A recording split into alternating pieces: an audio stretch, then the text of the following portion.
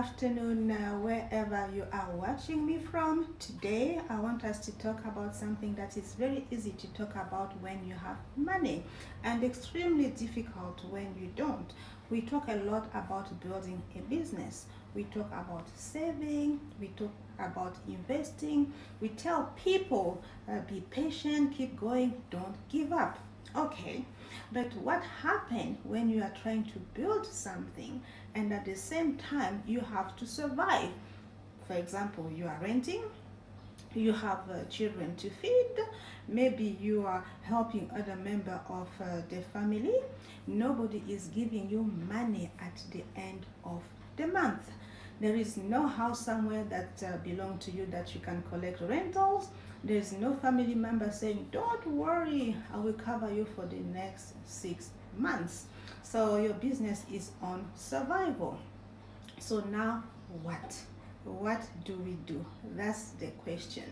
So because I think this is where we need to stop giving people beautiful motivational word and start asking practical questions. Let's take something very simple. You sell mandazi. They call it beignet, they call it in Congo mikate, in Malawi is mandazi. There is absolutely nothing wrong with selling mandazi. But my question is not how many did you sell today? That's not my question. My question is, what is the mandazi doing for your life? What is it doing? Let's say today you make 10,000. Before celebrating the 10,000, how much did it cost you to make it? Have you calculated the flour? Have you calculated the sugar, the oil, the gas, charcoal or electricity, firewood, transport, packaging? Maybe somebody helped you. Have you put that together for you to say, okay, that is the money I've made and that's all my money? What is actually left? Because 10,000 coming into your hands doesn't necessarily mean you made 10,000. Maybe after everything, your really profit is 3,000. Now, you have something we can talk about. What happened with the 3,000? Because tomorrow you still need to make mandazi, and today somebody needs rice, somebody needs flour, somebody needs sima, somebody need cassava, rent is coming, the children need something, and suddenly the entire 3,000 is gone. Tomorrow morning you wake up and you are looking for money again to buy flour. That is the cycle we need to understand. Sorry. And I am not judging that person. Sometimes life gives you very little room. But even inside that very small room, we have to start asking ourselves difficult questions. Can I protect 500? Can I protect 1,000? Not because your 1,000 is going to change your life today, but because you are trying to develop a system where everything that comes into your hand doesn't disappear. Maybe somebody else can manage 30% of that to save. Wonderful. Maybe you can only manage 5%. It's fine as well. Start there, because the percentage is not really my point today. The habit is my point. And then I will ask another question. How long have you been selling the mandazi? 3 months? 6 months? 1 year? 2 years? Because time alone doesn't tell me whether something is wrong. If 1 year ago you were making 30 mandazi and today you are still making the same 30 mandazi, selling in exactly the same location, making exactly the same amount and struggling with exactly the same problem, then we need to ask some more questions. So nobody selling mandazi is beneath you. No. Not because selling mandazi is beneath you. No. Maybe the mandazi is actually a very good business. Maybe the problem is how you are doing it. Could you supply an office? Could you supply a school? Uh, do you know what taste people like in your mandazi? Could somebody order 50 in advance? Could you add tea? Could you change where you sell? What is it that, how are you selling your mandazi? Could you calculate which size actually gives you the best profit? Could you buy some ingredient in large quantity and reduce your cost? Could you take orders instead of waiting for people to pass? Those are business questions, because sometimes we say my business is not working, but actually we haven't changed anything about the business, and sometimes the answer may be something completely different. Maybe you should continue selling mandazi in the morning and look for work during the day. And please don't misunderstand me. I'm not saying jobs are waiting everywhere. There are no jobs, but you can still find something. And maybe there is somewhere you can work where they don't require qualification you don't have. Maybe the salary is not fantastic, but you are learning something, and that's extremely important. You are meeting new people. You are acquiring skills. Everywhere you go, watch out, you are acquire skills, and suddenly your mandazi doesn't have to feed the entire family by itself. Now you have created a little breathing room. And if that opportunity doesn't exist, then the question changes again. What can I learn while I am where I am? Because this period of survival should not only consume us, it should also teach us. And this is why I don't like simply telling people, never give up. Oh no, never give up in life. Never give up what? Continue what? For how long? Those questions matters. Maybe after 6 months you don't need to give up. Yes, you need to change your location. Maybe you need to change your price. Maybe you need to reduce your cost. Maybe you need another source of income, and maybe you need to learn a skills. Maybe you need to stop supporting an expenses that you simply cannot afford at this particular stage. Maybe you need to live more frugally for a period because you are trying to create something bigger. So, and yes, that can be uncomfortable, absolutely, because when there is very little money, every cent, every kwacha, every CFA, every money already has somebody waiting for it. But somehow, somewhere, we have to start protecting something for tomorrow. And don't compare your something with somebody else something. That is extremely important. Comparison. I repeat again, don't compare your something with somebody else something. If somebody can save 100,000 and you can save only 1,000, protect your 1,000, because today we are not competing. We are trying to move, and I think every few months we should sit down and ask ourselves, where was I 3 months ago? What was I earning? What was I spending? What was I saving? What did I own? What did I know? What I have learned as my business improved. So as my situation improved even slightly, because if the answer to every question is no, years after years, then perhaps perseverance is not the only things we need to think about. Maybe we need information. Maybe we need to change something. Maybe we need to ask somebody. Maybe we need to learn.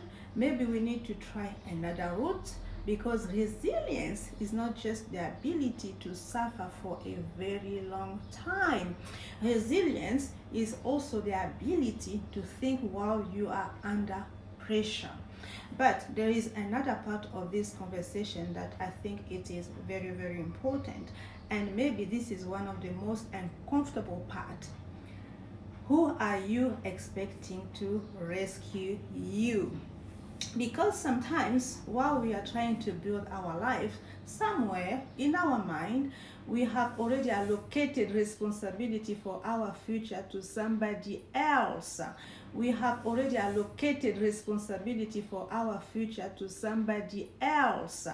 Maybe it is your husband, maybe it is your wife, maybe it is your parents, maybe it is your brother or your sister or your boyfriend, maybe it is your children, maybe it is your church, maybe it is your friend, maybe it is somebody abroad. Oh, my brother is in the state, or my brother is in France, they are going to help me. And I'm not saying people should not help each other. Of course they should. If your husband can help you, wonderful. If your wife can help you, wonderful. If your parents can support you, wonderful. If somebody open a door for you, take the opportunity. There is absolutely nothing wrong with receiving help, but help cannot be your financial plan. That's different, because the person you are waiting for also has a life.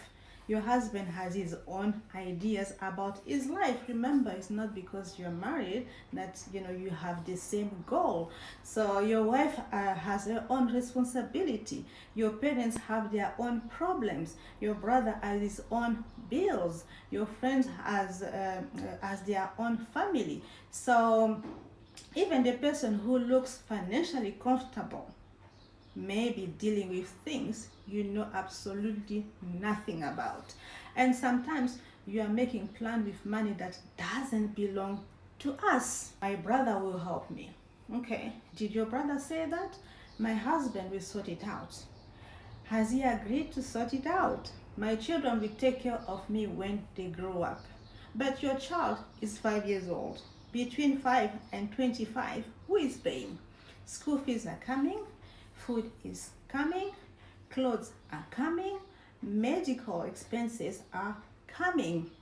And even after you have educated that child is going to become an adult with their own life, their own family, their own responsibility, and their own dreams. So we cannot build our entire future around what somebody else might one day do for us. And this is why I think something has to change inside us first. Before asking, who can help me? Maybe the first question should be, what can I change? Can I reduce my rent? Can I change where I live? Can I reduce my expenses? Can I stop buying something for 6 months? Can I cook differently? Can I make somewhere? Can I work somewhere instead of paying transport every time? Can I take another small job? Can I learn something? Can I save the 500? Can I save the 1,000? Can I stop pretending that my current lifestyle is something I can actually afford? Because sometimes the problem isn't only income. Think about it. Sometimes we are trying to maintain a lifestyle that requires somebody else's money. I'm going to repeat it again. Sometimes we are trying to maintain a lifestyle that requires somebody else's money. And then when that person doesn't provide the money, we become disappointed. We start hating, we start being angry, we start gossiping. But maybe that disappointment is telling us something. Maybe the lifestyle needs change. And I know that can be difficult, especially when you look around and everybody seems to be doing better than you, and social media is there to show you all this glamorous life, and then you look at yourself, oh my God, I'm not having it. Why? So somebody has a better phone, somebody is wearing better clothes, somebody's children are going somewhere, somebody is traveling, somebody is building, but you don't know how that person is financing their life. So you cannot use somebody else's appearances to establish your own financial responsibility. If today your reality requires you to live very simply, then perhaps you need to accept that season. Remember, it's all about a season. Not forever, for a purpose. So there is a difference between poverty and deliberately living below your means because you are trying to create stability. And there is also a difference between independence and isolation. I am not saying I don't need anybody. That's not what I'm talking about. We all need people. We need family, we need community, we need information, we need opportunities. Sometimes somebody helping us at the right moment can completely change our direction. What I'm talking about is something different. I'm talking about reaching a point where you say, my life is my responsibility first. So then if somebody help me, that help add to what I'm already doing. So remember, I'm going to repeat it again. What I'm talking about is something different. I'm talking about reaching a point where you say, my life is my responsibility first. Then if somebody else help me, that help add to what I'm already doing. It doesn't become the foundation underneath everything.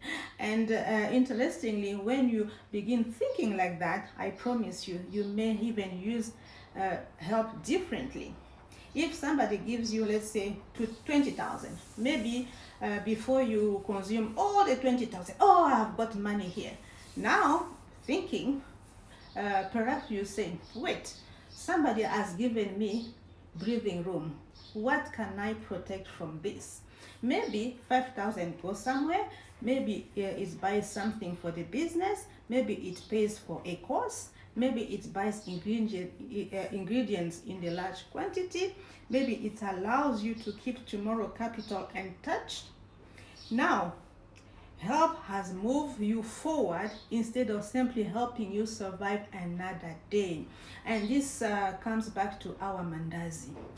Because maybe you started selling mandazi because you had nothing. Fine, the mandazi fed you.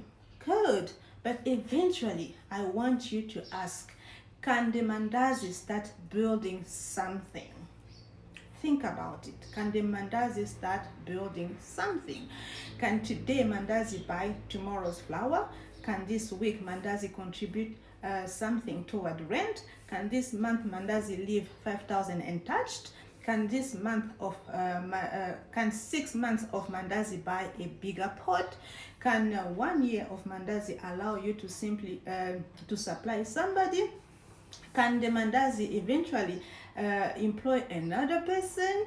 Or maybe the mandazi leads you somewhere completely different. Maybe through selling mandazi, you meet somebody who offer you work. Maybe you discover you are good at catering. Maybe you learn bookkeeping because you started recording your cost. Maybe the business itself changes. That's okay. The mandazi doesn't have to be your destiny. It may simply be the vehicle that moves you from one place to another. And don't get me wrong, there's nothing wrong in selling mandazi. I do sell mandazi too. And it's a great business if you know how to manage it. And I think that's what we sometimes miss when you are struggling. We want to know, when am I going to arrive? The mandazi doesn't have to be your destiny. It may simply be the vehicle that moves you from one place to another. And I think that's what we sometimes miss when we are struggling. We want to know, when am I going to arrive? Maybe that is not the first question. Maybe the question is, am I moving? 3 months from now, is it something different? 6 months from now, have I learned something? 1 year from now, do I have something, however small, that I didn't have before? Because if every year we consume everything, wait for somebody to rescue us, start again from zero, consume everything again and wait again. Imagine that cycle. Then 5 years can pass very quickly, and we still be saying, if only I had somebody, somebody could help me. If only somebody could. While you are waiting for that help, what are you doing with what is already in your hands? That's the challenge. No guilt, no shame, no pretending that everybody has the same opportunity. We don't have the same opportunity. I agree with you. Some people start with property. Some people start with parents who can finance them. Some people start with education. Some people start with connections. Some people start with absolutely nothing. But wherever we start, there has to be a moment when we look at our own situation and say, okay, this is what I have, this is what I don't have, what can I do from here? Because that's where decisions making start, and maybe that's where resilience starts too. Not simply enduring hardship, not waiting handlessly for rescue, not pretending everything is fine either, but learning how to make decisions even when your options are limited. So that's the challenge I want to leave with you today. Don't tell me only, Lee, life is difficult. Mm-mm. I know life can be difficult. What am I doing with the little that is passing through my hands today? If you are selling mandazi, what is one mandazi building for you? If you are earning 100,000, what is the 100,000 building? If you are earning 10,000, what is the 10,000 building? And if the answer is nothing yet, don't feel ashamed. Don't feel ashamed, but challenge yourself. What can I protect? What can I learn? What can I change? What am I expecting somebody else to do for me that I need to start trying to do for myself today? And if somebody eventually comes and help me, wonderful. But let them find me already moving, because maybe the objective isn't to prove that you don't need anybody. No, the objective is to stop building your future around assumption that somebody else is responsible for creating it. Your 1000 may look like nothing today, but perhaps the first things that 1000 is building isn't your business. Maybe it is building you. It is teaching you discipline. It is teaching you patience. It is teaching you how to make decisions. It is teaching you how to live within reality. It is teaching you to protect tomorrow while you are still trying to survive today. And once you have learned how to do that with very little, when more eventually comes into your hand, you already have a system for what to do with it. So maybe the question isn't, when is somebody going to help me? Maybe the question is, if nobody comes today, what can I still do with what I have? Start there. This is Lee, the mind behind Bellafrique. I hope you have learned something, and start today. Your 1000 can be a million tomorrow, because it's going to teach you discipline. It's going to teach you more than the value of that 1000 if you go and buy a loaf of bread. So start saving that 1000. You are not behind. You have grabbed a tip, and see you next time. Thank you.